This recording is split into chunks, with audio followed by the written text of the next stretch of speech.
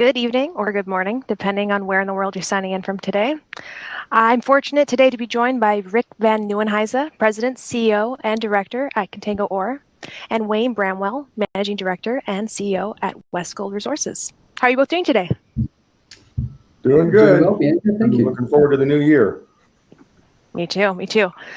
All right, folks, here's the format for today's event. We'll start with a set of questions that I've prepared, and then we'll jump into audience questions, starting with those sent in advance via email, and then the questions here in the live chat. If for whatever reason we don't get to your question today, or if it's a question that would fall outside the scope of today's panel, which is producers in Tier 1 jurisdictions, we'll pass it on to the respective teams, and they'll get back to you as soon as possible. Today's event is being recorded, and the replay will be available later today or tomorrow. Without further ado, let's jump into the questions. This one's for both of you. The investment thesis for gold producers has evolved considerably over the past decade. How do you see your operations meeting the market's expectations for sizable returns and sustainable returns while maintaining growth potential? Okay, who wants to go first, Bianca? You know what? I'll throw it to Rick to start this one. Okay, sounds good. I was hoping you were going to direct traffic. Well, thanks everybody for joining us today. This will be our first panel for the new year here. So, I mean, with our DSO model,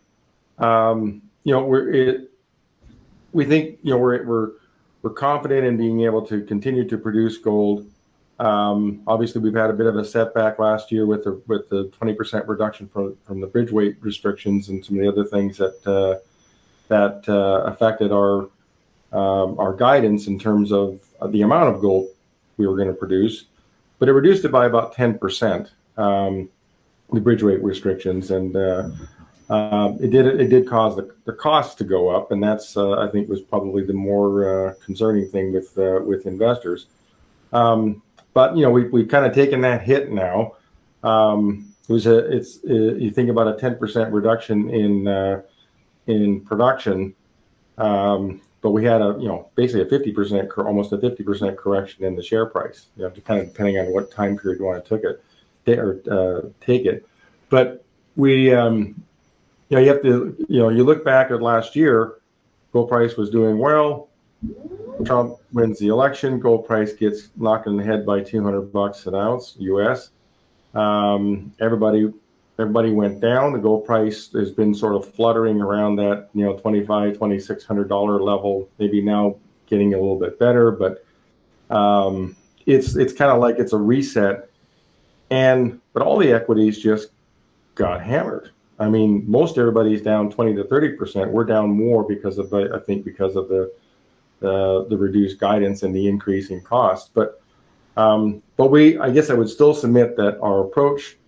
The DSO approach, I think, is fit for purpose for a junior startup company because it reduces the amount of capital you need to get into production. Our DSO approach naturally sort of filters us to higher grade deposits, which are more robust and more less susceptible to being shut down. If you're dealing with a 1 gram deposit, you have a lot less margin. If you have a 10% reduction in our case in transportation. So we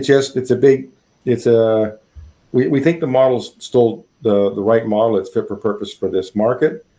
It is still a tough market. I mean, it has not been an easy market, and that's across the board, and for a variety of reasons. This is kind of a jurisdictional focused panel. So you can't ignore the fact that the CEO of Barrick is on a most wanted list in Mali. So, I mean, in terms of my comfort level, I enjoy the privilege of working in a place like Alaska, where I don't have to worry about that for myself, but also for my employees. I don't have to worry about them being at risk and being taken captive by a junta and having to fork over $160 million to make them happy. So that's where jurisdictional risk, so where the rubber meets the road on jurisdictional risk. And so, like I said, I think our approach is still right. We still have inflation. When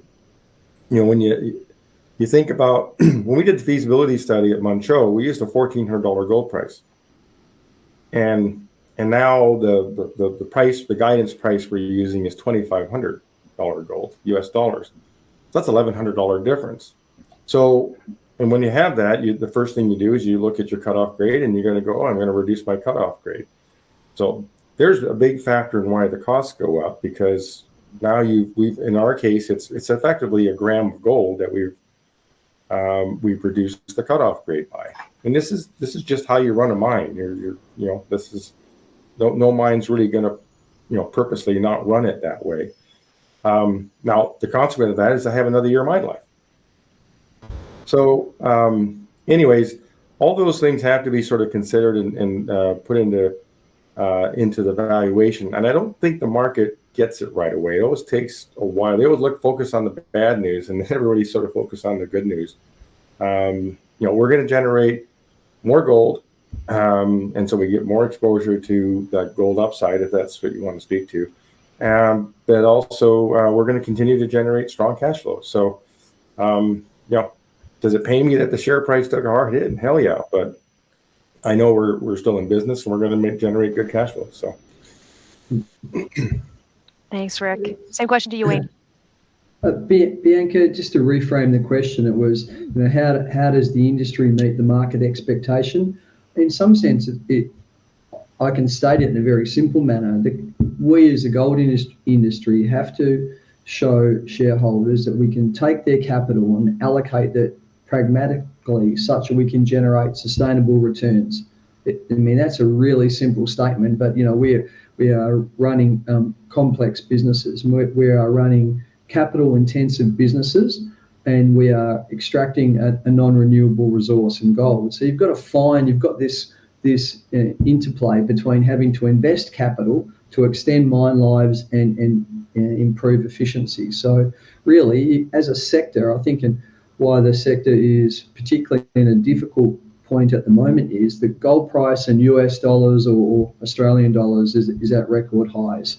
Historically, these are the times in the gold sector where, massive returns are being made by companies, and those returns are being reinvested into capital and as against return to shareholders. So, this is where the criticism of the sector comes, in some sense, that it's not been a great returner of capital to shareholders. And for Rick and I, as the leaders of these companies, we're every day, every minute trying to find the balance of, we have to spend money to make money. Are we doing it in the right places? Are we investing such that we can generate higher returns for the shareholders? When you get that right, that generates benefits for both the people that works for these companies, the communities we work in, and most importantly, the shareholders. Absolutely. Rick, back over to you. Alaska's reputation for high-grade deposit is very well established.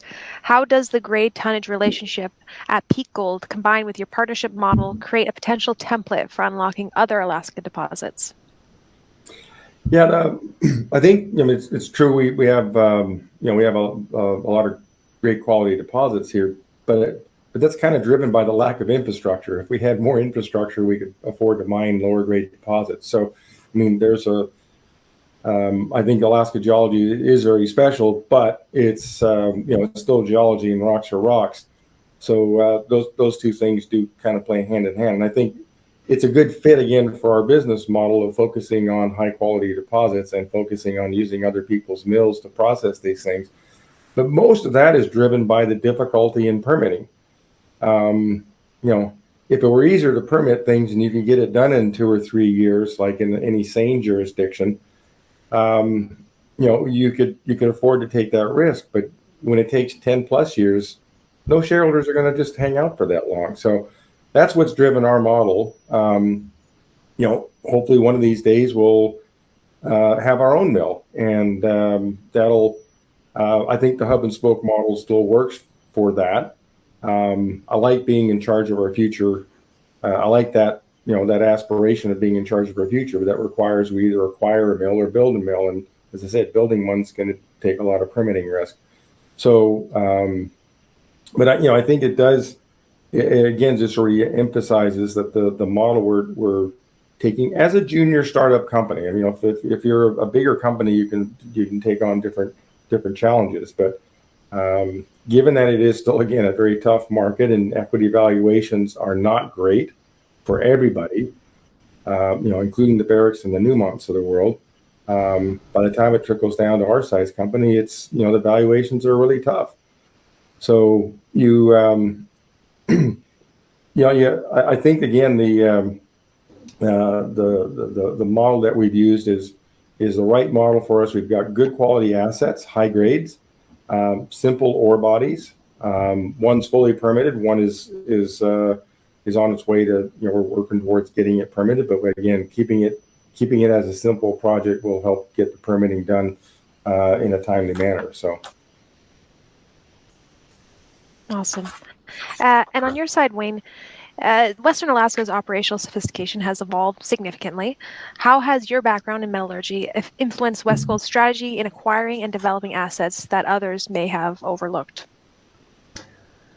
Great question, Bianca. I mean, I started life as a metallurgist in a processing plant, and I'm fortunate enough now to run a mining company where we have 5 processing plants. I mean, when we started, we had 3. Now we've got 5. But my view is that, and maybe it's a bias of my technical discipline, in these companies, resources are important, but without processing plants, you can't monetize that resource.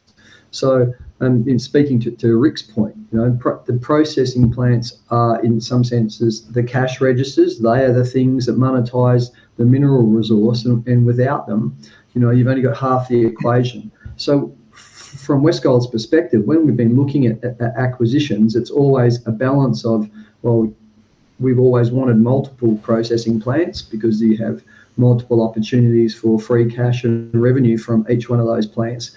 And then you have to match the mineral resources to those plants. We run a hub and spoke model in our northern operations, and our southern goldfields we do the same. And that in some sense adds a level of complexity, but it's complexity that we control. Speaking to Rick's point, we're starting to do different commercial deals in this company, and probably more so in Western Australia, whereby, again, speaking to some of the challenges of project development that Rick spoke to, small junior companies now, it's never been harder to either raise capital or debt to build processing plants. So for us, with 5 processing plants, we're starting to do deals, in some sense, collaborate with smaller explorers and go, hey, we can remove the pressure and risk of project development off you and the capital cost of building plants. If you are good explorers and you have good resources, let's work together to monetize that. And we've done that with a small junior Australian company called New Murchison Gold recently, who have developed a very good looking project within 33 kilometres of one of our processing plants. And by working with them into an ore purchase agreement, we fast-tracked their transition to cash flow and removed a significant hurdle for them by, being able to leverage our processing capital and their resource. So I think, we have to find different ways as an industry to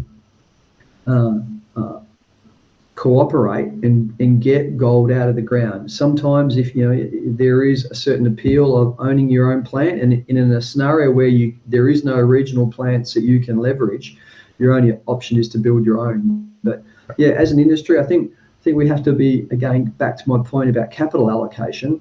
Let's be smart about that. Whatever gets the gold out of the ground faster and generates a return for the shareholders, that's the answer. There is also, on the flip side, from a management perspective, the concept of, we have to do everything, cradle to grave.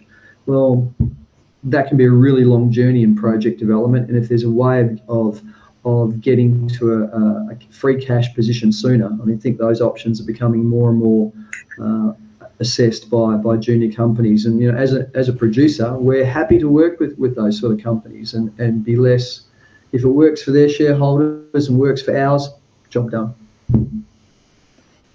Yeah, maybe I want to add, Bianca, just another comment that, there are other games that you can play, or other paths you can pursue for, being in the resource sector. And I sort of categorize them as, you either want to be a producer or you don't. And if you want to follow that path, there's certain things as Wayne just outlined that you have to figure out and have to do. And then you have to do it in the context of the market that you have, not the one that you wish for. Yeah. You can play the I want to acquire a big low grade resource and play the leverage to gold game.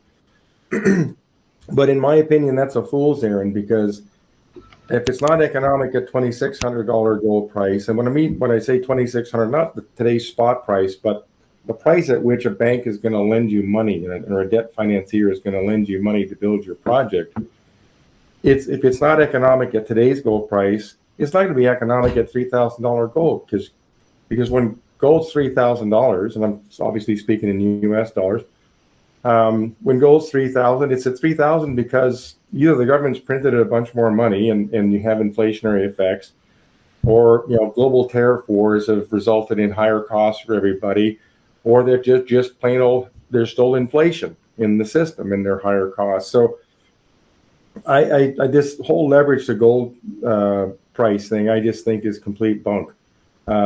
We're in business to make money. We're in business to make money by selling gold and getting leverage to gold. And once you're in production and you've sunk that capital, then you get the leverage to gold. But before that, it's just BS. No, that's a great point. I appreciate that, Rick. I mean, I'll pass it back to you on a bit of a different line here.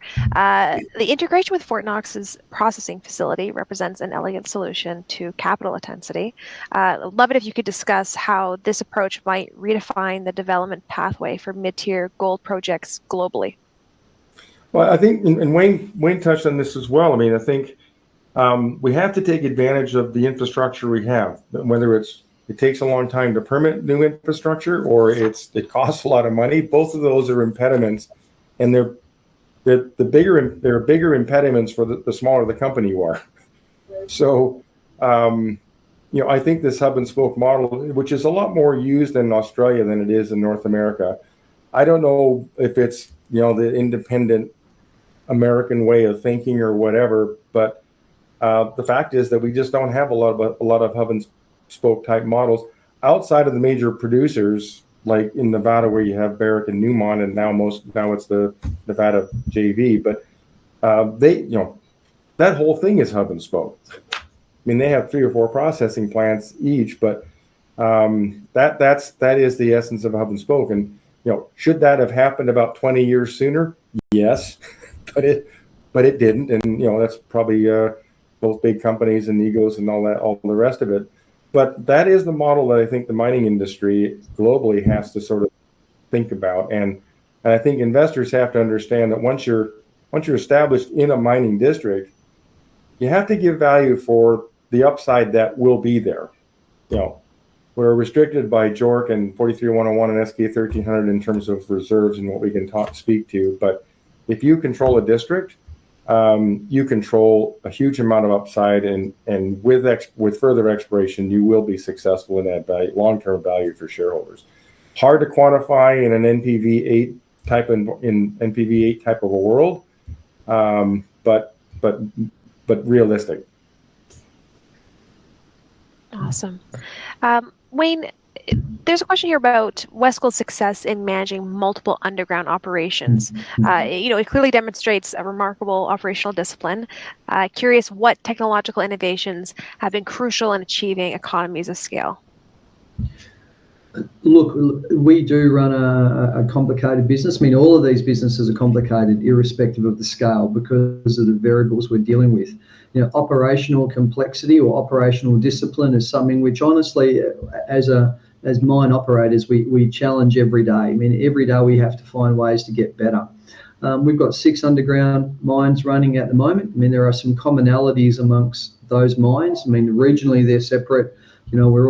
The equipment we use underground is quite similar in each mine, but each one of those ore bodies is very different. So, there's no one size fits all solution for each of these mines. Look, we are still, in some sense, as a company, early in the journey of being able to optimize these mines and trying to take, we're not at a point of using AI or generative AI for exploration. I think that's a real opportunity, but we're early in that journey. we're still, as an organisation, transitioning to become more data-driven. And I think becoming more data-driven, making decisions off good data, makes operational discipline and operational excellence far more achievable. So look, these businesses, and I think today our workforce is around 2,200 across a large part of Western Australia, 5 processing plants, 6 underground mines, meaning there are a lot of moving parts within that business. So look, I wouldn't say we are. I think we're good managers of complexity. I think we have to become better managers of complexity. And in my mind, that's about simplicity drives efficiency, drives profitability. So, in the case of Westgold, going through a merger with Karora 6 months ago, we doubled the scale of the business, and all of a sudden we're still 6 months into trying to integrate these two businesses, and operational discipline is something we speak to every day. What we actually speak to is operational excellence, and this buzzword is something which I've had to now understand and define in a very simple manner. We only get to mine these ore bodies once. We need to mine them efficiently, because once they're mined, that's it. The opportunity to go back is often rare. So for us, operational efficiency or excellence is really about maximising ore body extraction in an efficient manner. No one gets hurt. Maximising profitability, and again, that's a complicated algorithm which every mine operator in the world struggles with every day. So look, yes, well, I think we're really good managers of complexity. Can we be better? Absolutely. That's the challenge, to get better, to more efficient every day, to maximise the returns and generate more free cash for our shareholders. Great. This one here is for you, Rick. The unique seasonality of Alaskan operations has historically impacted project economics. How has your team engineered the peak gold development to leverage these conditions? I think the seasonality thing is an exploration issue. It's not a mining. When you're at the mining stage, I think the only, if it's minus 40, when it's the same degrees Celsius as Fahrenheit, it's freaking cold, and equipment and people don't work all that well. So but we don't get like months on end of that kind of weather. You get, maybe a week of that weather, and it doesn't stop you. It definitely slows you down. You just have to work. It's more of a safety thing than anything else. On the other side, in the summertime, when it's 24/7 daylight, you get a lot more work out of people. So that sort of balances out. The exploration side is definitely seasonal. You don't want to be out exploring and when it's dark and cold and with 5 feet of snow on the ground. So I think it's a bit of a misnomer in terms of mine production. The infrastructure aspect of Alaska's remoteness, and when you look at things like Red Dog, and the port there is only available for 4 months of the year, and so that's a seasonality thing, and that's real.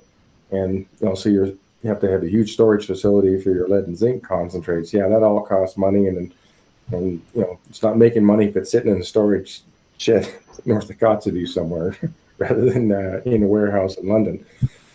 So, but for gold specifically, it's not an issue, and for anything on tidewater, it's not an issue. Normal tidewater, not Red Dog tidewater. So I think largely, summary, it's a bit of a misnomer. The seasonality doesn't really dramatically affect the mining up here. There's a few days, maybe a week or so, that you lose to weather and snow blizzards and things like that. But what you lose in the wintertime, you tend to make up in the summertime, because it's nice and bright in daylight 24/7. So that'd be my comments on that. It's not as dramatic as I think people like to make it out to be. Hey, that's good to know. I appreciate that. All right, this one's for both of you, but why don't I'll tee it up by letting you know. I'll start with Wayne this time.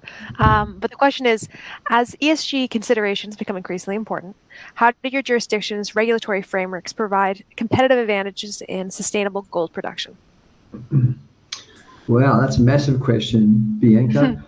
Certainly, Western Australia is a tier one address. I mean, it's a mature mining destination, and within Australia, for those who are aware of our geography, the mining codes or the regulations across the states are quite different, whether it be in predominantly environmental or government approvals. Western Australia, we are somewhat blessed by being with our mineral resources. We've got a mature industry, and our government is pro-development.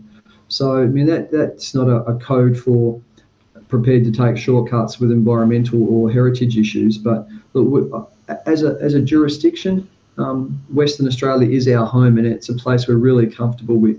There's a rule of law, regulatory processes are transparent. There's always the overlay of sometimes the approval process would never works as fast as a mine developer would want, but there's a process, and you just have to stick to it. So, look, we do see WA as having a competitive advantage even within Australia as a place to invest. And this name Westgold, in some sense, was very well selected in terms of we see our future and a much larger future being in Western Australia, a jurisdiction we know really well. Also, our management team and management reach is for it. We've got a reasonably small management team trying to execute projects within Australia and in Canada at the same time. We know how that ends. Some people can do it, but our management reach is short. So for us, a bigger future in Western Australia is the corporate strategy. And look, maybe I'm biased because I'm born and bred in Western Australia, but this is a place we understand. And as Rick spoke to before, there are certain challenges around, say, climate we don't face here. We don't face the issues of snow. It's not something I understand at all. And certainly there are sovereign risk issues that do not exist here, which I've worked in Africa and other places of the world where those things have a different intonation. That doesn't exist here, and that in some sense removes dials back two risks which are part of the risk matrix of becoming a mine developer. And Bianca, from my side, I'd say, first of all, I'd sort of challenge the question a little bit, because I think there's been a lot of discussion on ESG and ESG reporting and the greenwashing and all that. So I think we think it's important. I think the mining industry has always felt it's important. I'm talking about at least for the last 10, 20 years that I've been sort of in senior management roles. All the companies I've worked for has always focused on that. But it's really the reporting of what it is that you're doing that's actually real. And it's a very different thing for Coke and Pepsi to have nice ESG scores, as everybody's stomach and teeth rot. But then us in working in in Alaska like we do in remote locations. For us, it's very simply boots on the ground, working with tribes, working with Alaska Native corporations.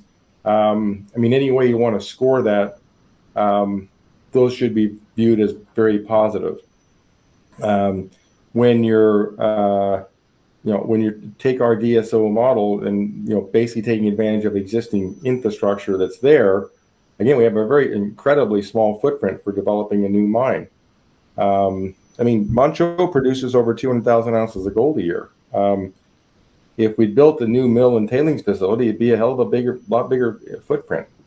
So, to me, those are the things that, if I'm going to focus on the ESG side of things, those are the things that I want to be reporting on, because they're really the important things. And, if CO2 is your thing, then again, we're really low on that score as well, because even with the truck transport, and we've done the calculation, even with the truck transport, it's far, far lower than if we built our own milling facility. So, I think it's, again, I think our model is the right fit for what we're doing, and especially in a place, if we had more mills and infrastructure up here, I'd love it more, because we'd have more choices. Absolutely. Wayne, back over to you. Western Australia's gold industry has demonstrated remarkable resilience through many mining cycles. How has Westgold's approach to capital allocation evolved to maintain operational flexibility while pursuing growth? WA, certainly, from COVID onwards, I mean, our industry just kept going. I mean, we didn't, in some sense, didn't miss a beat. We faced the challenges of lower staff availability and people not being able to move around, like every other primary industry in Western Australia, but the business kept going. So the question really is, as a company, how do we approach the cyclical nature of the business and being able to be sustainable through all price cycles? It's really about, from a business perspective, being able to make longer term decisions or better decisions. And how does that come? That comes from having longer life ore bodies. When you've got an ore body where you can look to and go, okay, I can see a 5 or a 10-year mine life in front of us, it changes your thinking about how you allocate capital. Early in this company's journey, our mine lives on paper looked very short, and that drove a very short range approach to capital allocation and decision making. So what has changed within the business between the old business and the business today? Pretty much one thing: we drill. We drill these ore bodies, and by drilling, you improve the amount of data you have. You build a bigger picture of the mine or the resource, and that gives you a much longer planning horizon. And with a much longer planning horizon, you allocate capital differently.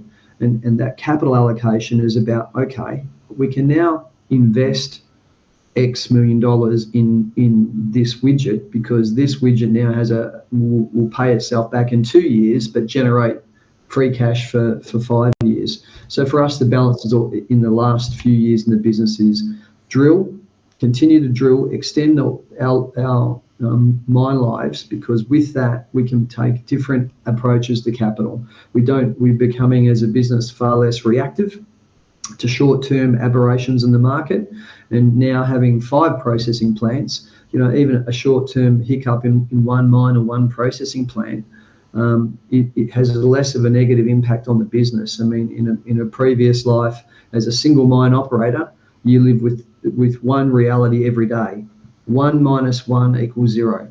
If you have one mine and one mill and you have a problem, you are 100% exposed to it. Where in some sense, the business of which I run now, having 5 processing plants and 6 underground mines, yes, it's a little more complicated, but you have the ability to flex these assets inside to react to either short-term or longer-term, short-term technical impacts or longer-term market impacts. So really, it's always back to the same place. Data drives better decisions. How do you get the data? You drill. If you drill, you get longer mine lives, larger resources. It brings a whole different approach to capital allocation. Awesome. This next one is for both of you guys. We'll start with Rick this time around.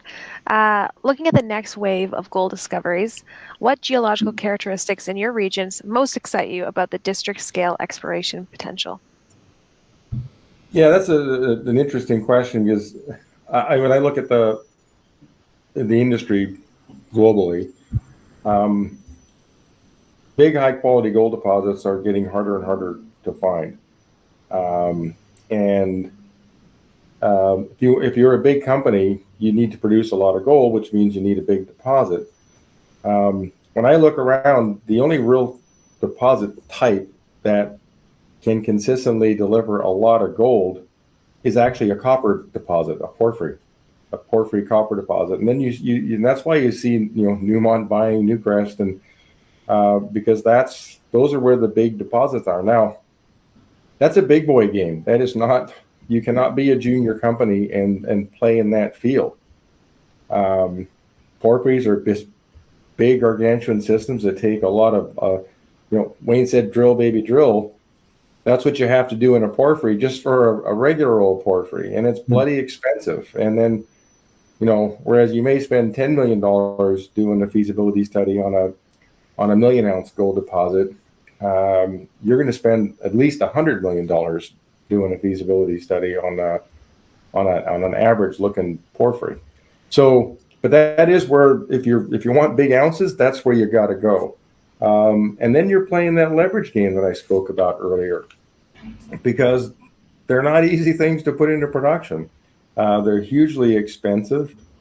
So I guess to get back to you answering your question, I think that's where the industry has to go. And I was speaking about the big companies and the big boys, because the rest of the class of deposits, unless you want to start going into jurisdictions that are really challenging, and I'll just point to West Africa. Everybody and their brother went to West Africa, but guess what? Everybody and their brother's leaving West Africa because ISIS has taken over. So those are all part of the dynamics of. And I think why Wayne likes working in Western Australia, a jurisdiction that he's really comfortable with, and why I like working in Alaska, because it's a jurisdiction I'm really comfortable with. I don't have to worry about my employees getting, taken by the junta and having to worry about whether they're going to put a bullet in their head or ask me to write a check for $100 million because I didn't pay the taxes. So, yeah, I think I like high grade. I like just again what drives our model is sort of naturally directs you towards higher grades. So I'd like to have my own mill someday, and we'll work on that because like Wayne, I think he said a very important thing is you having control over those things gives you a lot more flexibility. And if we've got 2 or 3 projects that we can feed into a mill that we control, I'd like that situation much better than what we have. And what we have is working and it's making money, so I'm unhappy with that. But is there a better outcome here? Yeah, and that's what we're driving towards. Over to you, Wayne. Look, our approach to project targeting, in some sense, it has changed a lot in the last 2 years. And I use a case study as our Murchison operations, which is in a region which is called Meekatharra in Western Australia. Meekatharra was a really early gold field in the late 1800s and had been mined off and on consistently for decades, hundreds of years. The perception about this gold field was everything had been found because it had been drilled. So when we first stepped into the company, we basically mapped all the drilling that had been done across our tenure. And when you looked at it, we mapped it and we depicted it side by side. We mapped every drill hole that had been drilled. And if you looked at this picture, it was just covered with drilling. And then if you sorted the drilling by all the drilling that had been done deeper than, say, 10 or 20 meters, this picture just broke up. And it was this light bulb moment for me going, wow, there's a perception that everything's been found in this region because there's been a lot of drilling. Well, yeah, there had been a lot of drilling, but the drilling largely had been close to surface or 10 to 30 meters deep. In terms of the company's skill set, underground mining, an open pit, a deep open pit, maybe that's 100, 150 meters deep. When we went back and looked at the ground that we owned and all of a sudden screened the drilling of where could the elephants be deeper than 150 meters, all of a sudden new opportunities appeared. And some of those opportunities appeared underneath some of the open pits that have been historically mined. So single-handedly with the drill bit, the company's been starting to change this perception of this one mature gold field from being, everything's been found, to, wow, what else could be found? And nothing more complicated than drilling deeper than the previous mine operators had done. So this has then started to change the thinking in the company, whereby let's talk about larger processing plants. And all of a sudden, some of these small regional pits, and I think in Meekatharra, across our tenure, we have 96 historic open pits.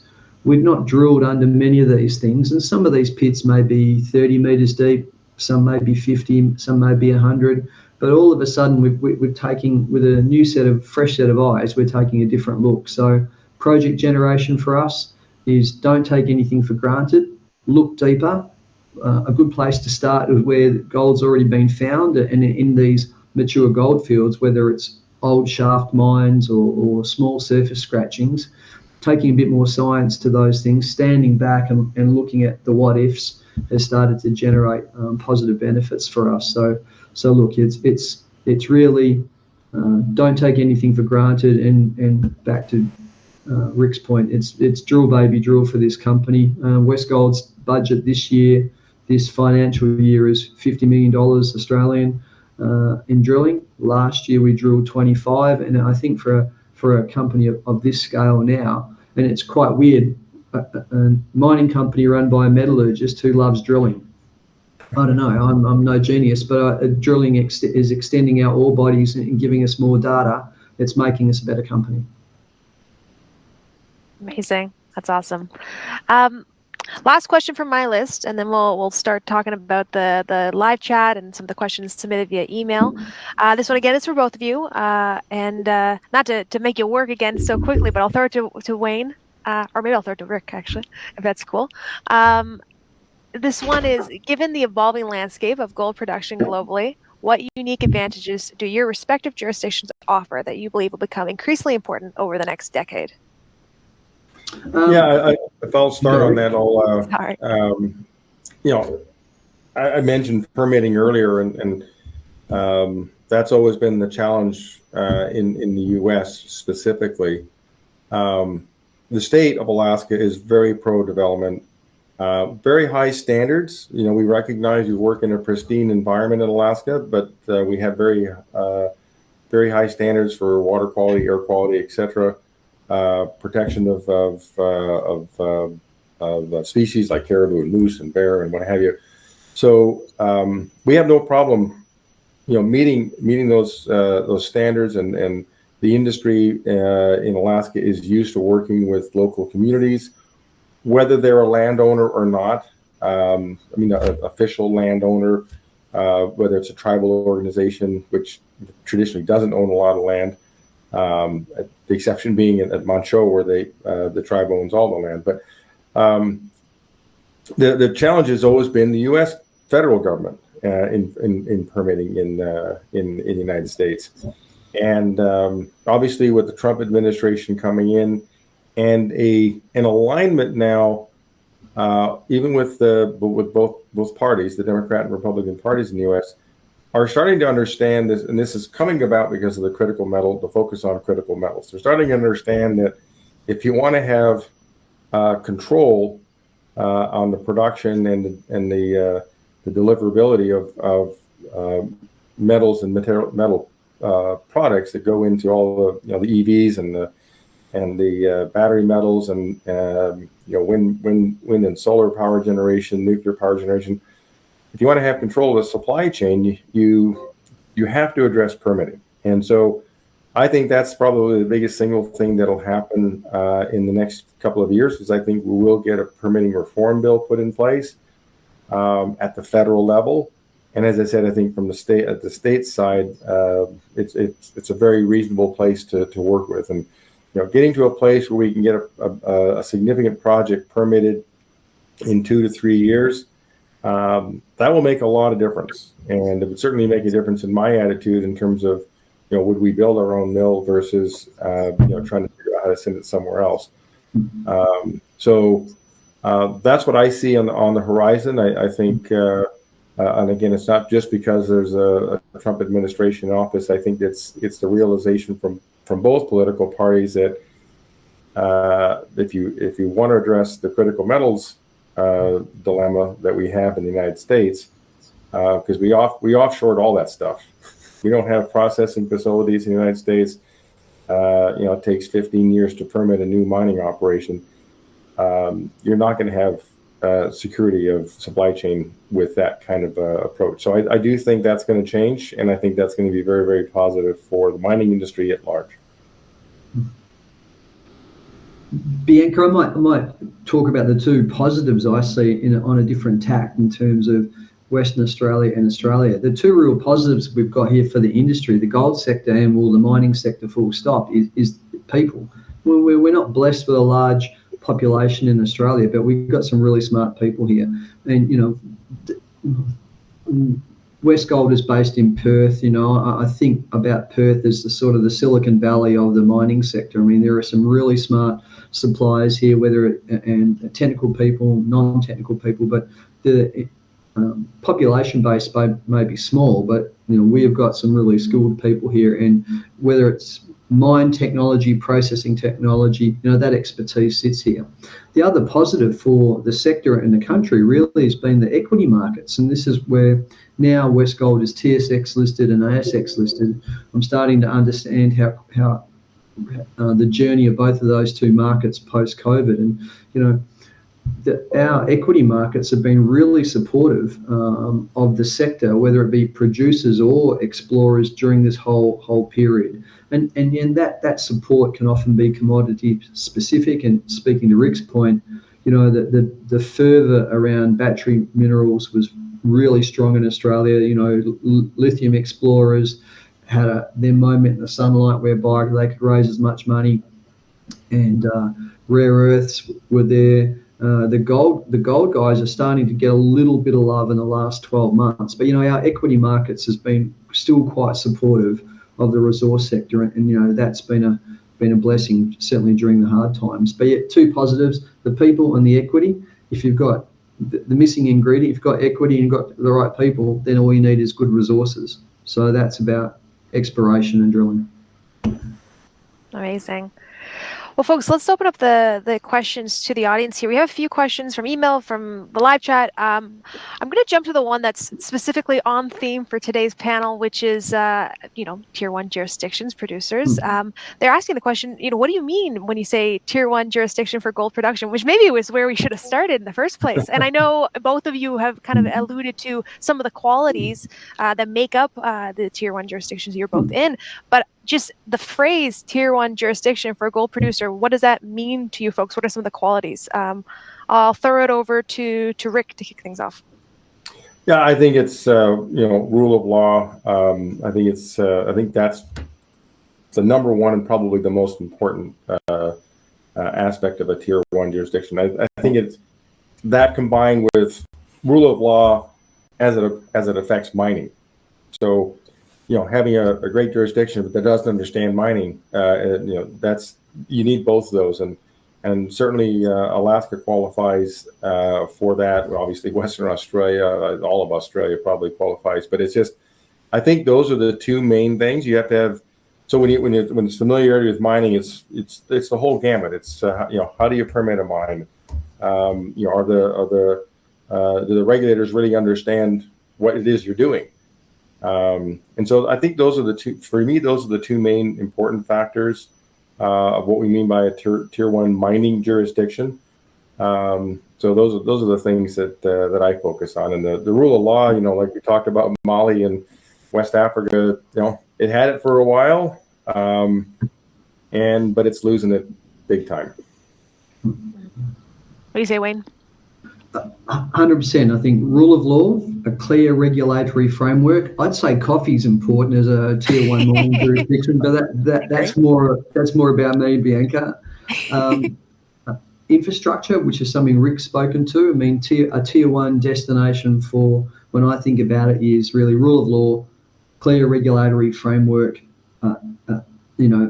well resourced in terms of infrastructure, and certainly a population base. I mean, those four things, to me, would be a good place to start. Maybe with coffee being really important too.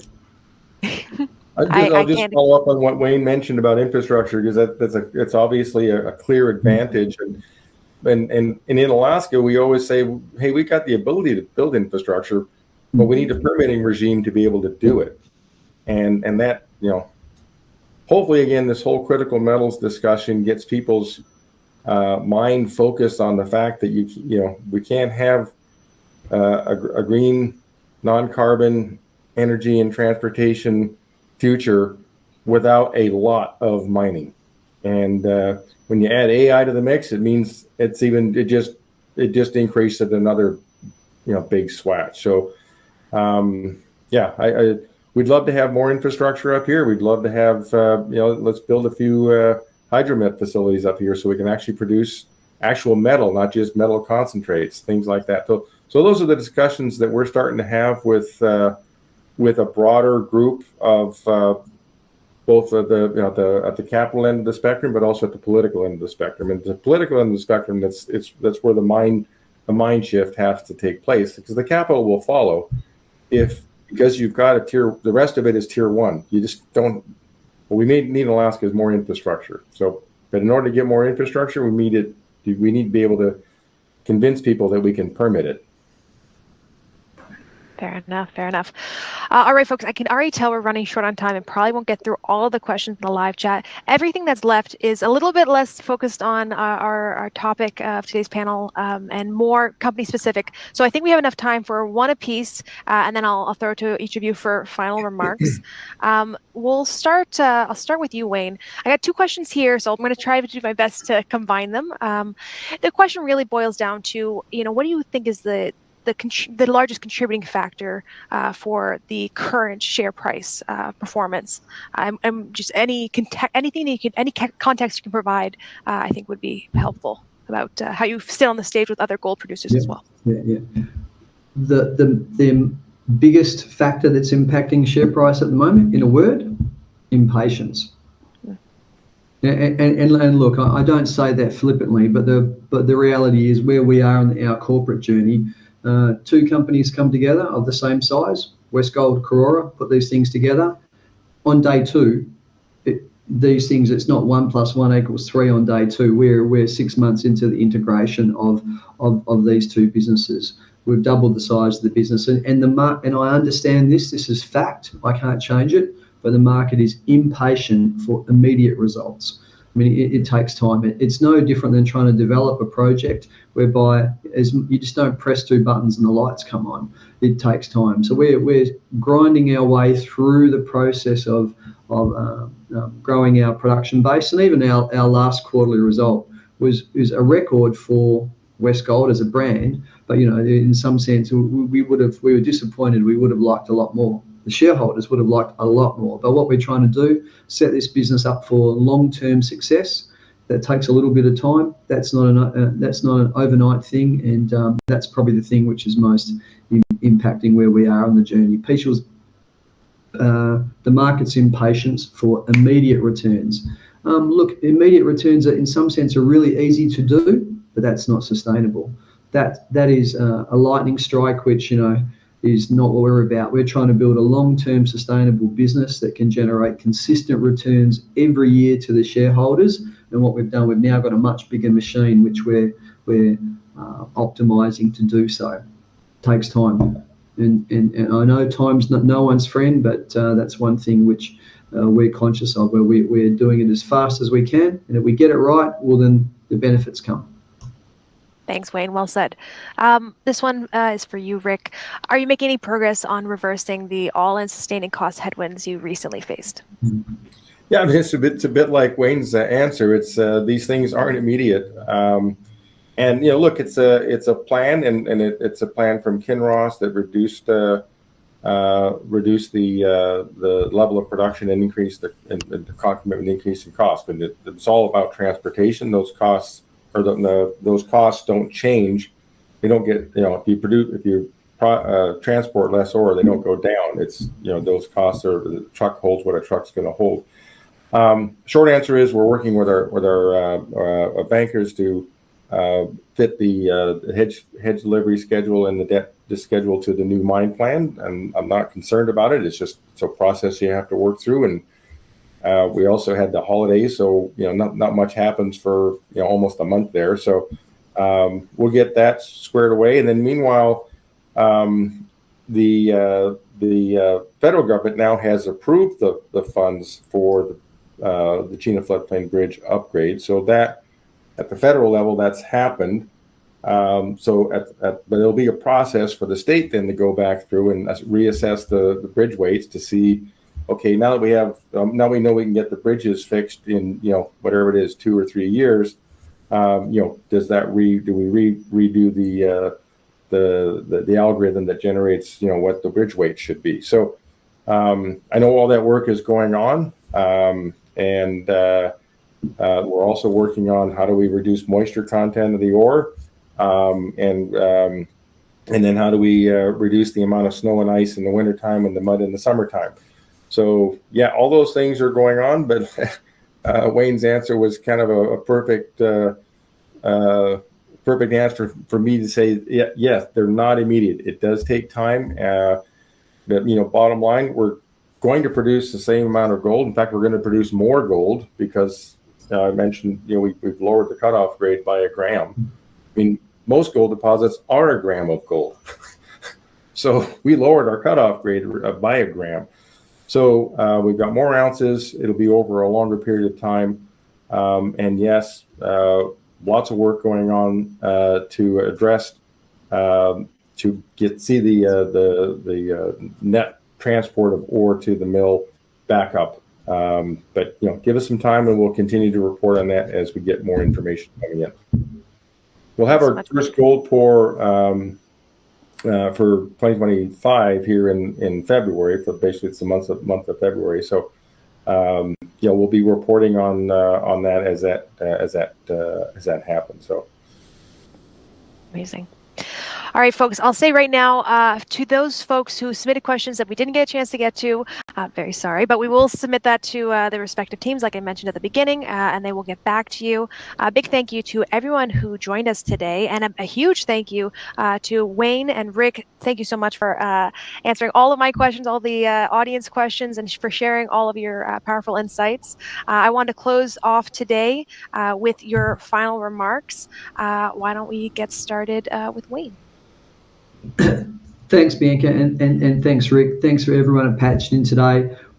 Probably a parting shot would be really a story. I met the Premier of Western Australia recently, and I introduced myself, and he said, "Oh, gold's back." And I went, "No, mate, it's always been here." So I think that as an investment philosophy, I think everyone needs some gold, whether it's physical, and it's people like Rick and I who produce it. So if you want to buy physical gold, you better back the people who are looking for it or producing it. Anyway, I'll leave that gem of wisdom with the audience today, Bianca. Yeah, and thanks, Bianca and Six, for hosting this. Wayne, great to meet you. Heard a lot about your company, but it's good to meet you in person here. Yeah, I mean, we're looking. We've obviously took a big hit at the end of last year, and we're going to dig ourselves back and keep executing on our plan. And we think it's the right fit plan for our size company and for the assets we have as we advance Johnson Tract and Lucky Shot with the cash flow that we're going to be generating here. So look forward to updating people, and it's a new year, so let's get on with it. Amazing. Again, thank you both, and thank you to everyone who attended. Have a lovely rest of your day.